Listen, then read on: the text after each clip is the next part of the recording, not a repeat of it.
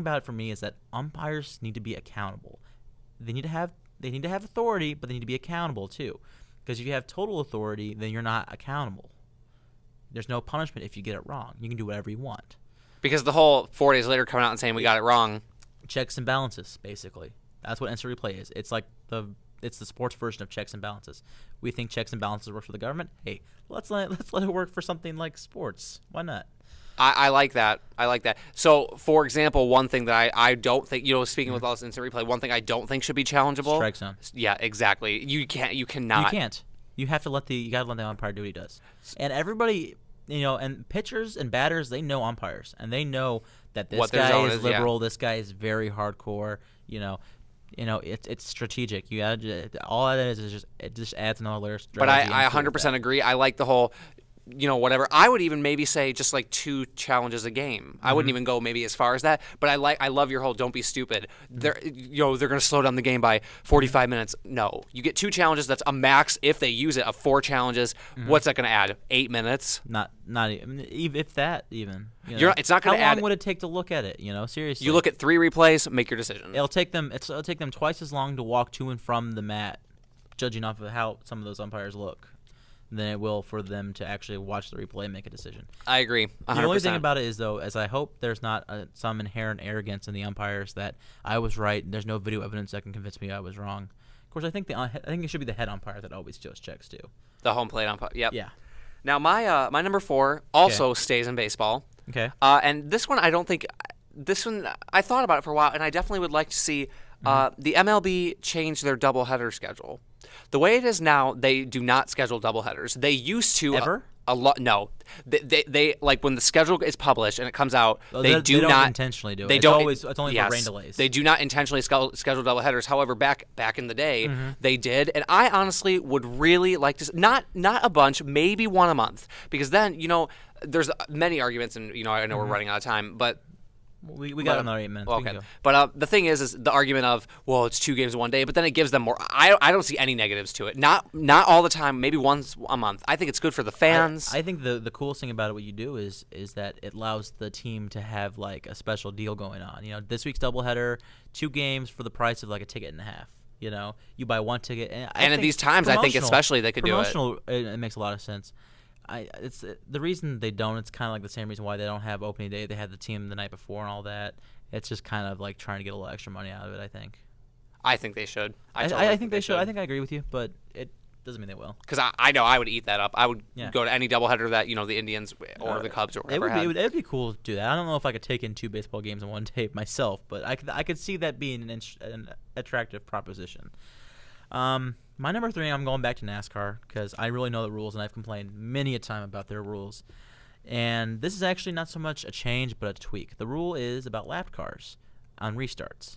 Now, the rule is right now on a restart, when the caution comes out, they got to line the field up again for a restart if you don't know NASCAR or you don't know auto racing.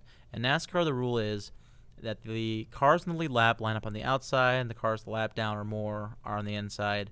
They do that up until 20 laps to go. That's actually a change. They used to be only 10 laps to go, but until 20 laps to go, if you're within 20 laps to go, it's single file. The lap cars line up behind the leaders. The last lead lap car. I think that needs to be tweaked, to variable based on the size of the racetrack. We've talked about this before. Yeah, we've talked about this before, and I think that's where it was free. It was just I was just thinking out loud, and it came up that I think that's a good idea. Bristol and Martinsville, it needs to be like 50 to go. Because for those that don't know, the tracks, 20 laps at Talladega is incredibly different than 20 laps at Martinsville. Let's see, a 2.6 mile track, that's almost 50 miles. That's ridiculous. I would, but 20 laps at Bristol is 10 miles. I would even say like 5 laps at Talladega or Daytona. Yeah, I would say I think it should go somewhere between 5 and 50, depending on the size of the track and how long a lap is. I think that's what it should be. And so it would just be, they would just sit down and decide, kind of like that. Yeah. You would sit down before the season, and that way you just have them all planned out. You don't announce them. You don't so week by week. For the tracks, for most of the intermediates, would you say 20 then, or would you say 10? I would say 20 for like Texas, Chicago. I think that's good. 20 but like 10 for California, maybe. Yeah, and then like maybe Darlington be 30. I like that. My number 3 is also in NASCAR. Okay. And I'm pretty sure I've talked to you about this before. Okay. It's actually a tweak back to what it used to be, I really want to see them change the chase seating. The chase seating to where it was just how you finished? Yes. I can understand that. I can understand both ways, really. I understand the thought process behind the way it is now. I understand. Exactly. I can understand. I'm sorry. I can understand both thought processes, but I don't think it works the way it is now. I don't think it does what they I don't planned. think it intended. Exactly. I would love to see them go back to the original one. Because right now, we do is you get 10 bonus points for winning a race. And that's so how they basically seed you. It comes down to is everybody gets their points adjusted to 5,000, and then you get an extra 10 bonus points for every. And I just really think Kyle that Busch last year had won 8 races before the chase, so he had 5,080 points. He was first in points going to the chase. And I really just, for example, if Jeff Gordon, I mean, I understand the chase and everything, but if Jeff Gordon has an incredible first 26 races and is ahead by 300 points, I understand that that's going to get cut. But why? How is that fair to? Well, it's a consistency thing. I think anybody that tries to tell you that winning championships is about winning races, not consistency, is lying. It's always been about consistency, and it always will be. You might as well just support the system. Exactly. My number 2 is NFL, and I think this is the one I thought for sure will have the same. And I think the overtime rules should be changed. But here's my plan. Overtime starts out with you have 4 of the college versions. Each team gets a ball set up. First time, touchdown, field goal. Okay. First 2 are touchdown, field goal. So both teams get touchdown, keep going, or both teams get a field goal, keep going to the next one.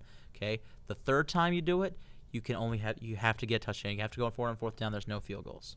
Same thing, starting on the 25-yard line, trying to go forward. Each team gets the ball once. Okay.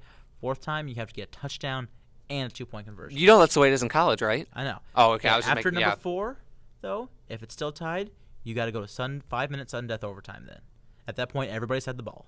Everybody's had their chances. If you haven't won it by then, if you're still tied by then, you go to sudden death overtime. We got to get this game in the books. If you go past 5 minutes sudden death overtime, tie game. I almost guarantee you we will find a winner somehow after that convoluted system I just presented.